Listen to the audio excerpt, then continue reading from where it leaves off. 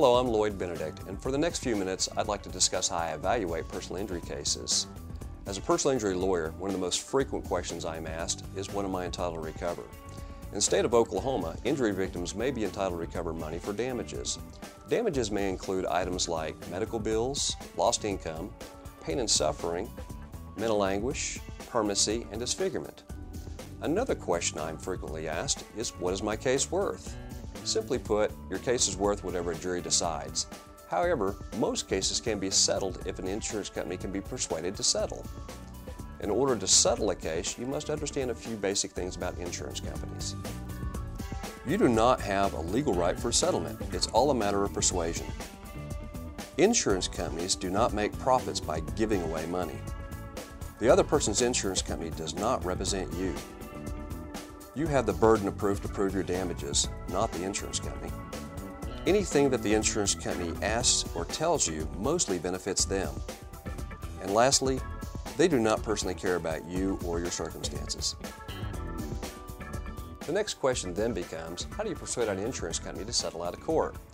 Insurance companies, like juries, require evidence to prove that your damages are reasonable. For example, if you're in a motor vehicle accident and you're injured, you're required to be seen by a physician. A physician may charge you, let's say, $150. In turn, you give that bill for the $150 to the insurance company, and they'll probably consider it to be reasonable, and you'll probably settle your case for a fair amount. Well, what happens when your medical bills are $2,500 or even $5,000?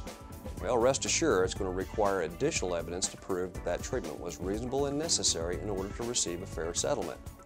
At Benedict Law Office, you can trust that I'll obtain all the evidence necessary in order to prove your case to the insurance company and receive the maximum settlement amount.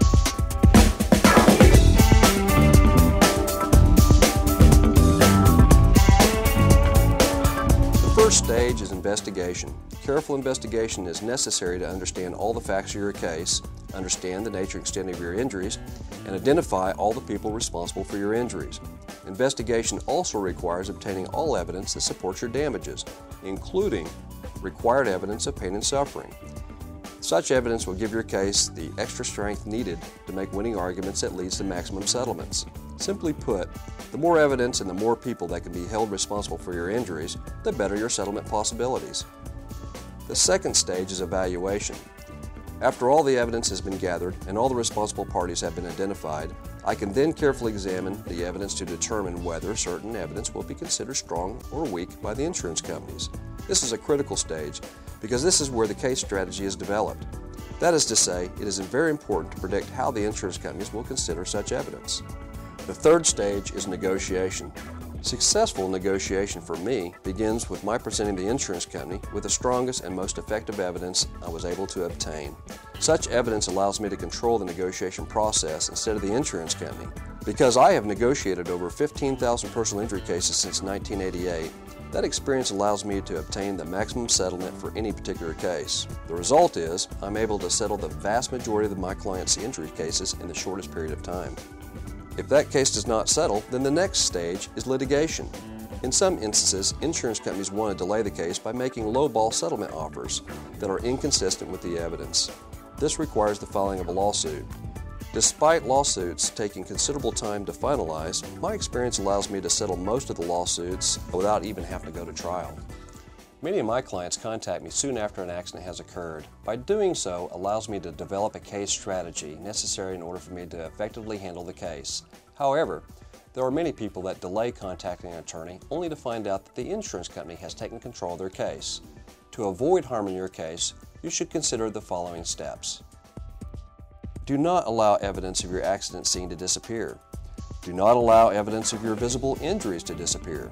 Do not give an insurance company a recorded statement. Do not use the insurance company's suggested body shop to fix your car. Do not give the other person's insurance company a signed medical release. Do not delay getting proper medical care. And do not miss your scheduled medical appointments. Whether or not you intend to hire an attorney, I strongly encourage you to contact me personally so we may discuss the strengths and weaknesses of your case and what your rights are.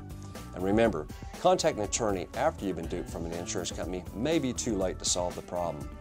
Well, I'm Lloyd Benedict, and again, thank you for your time.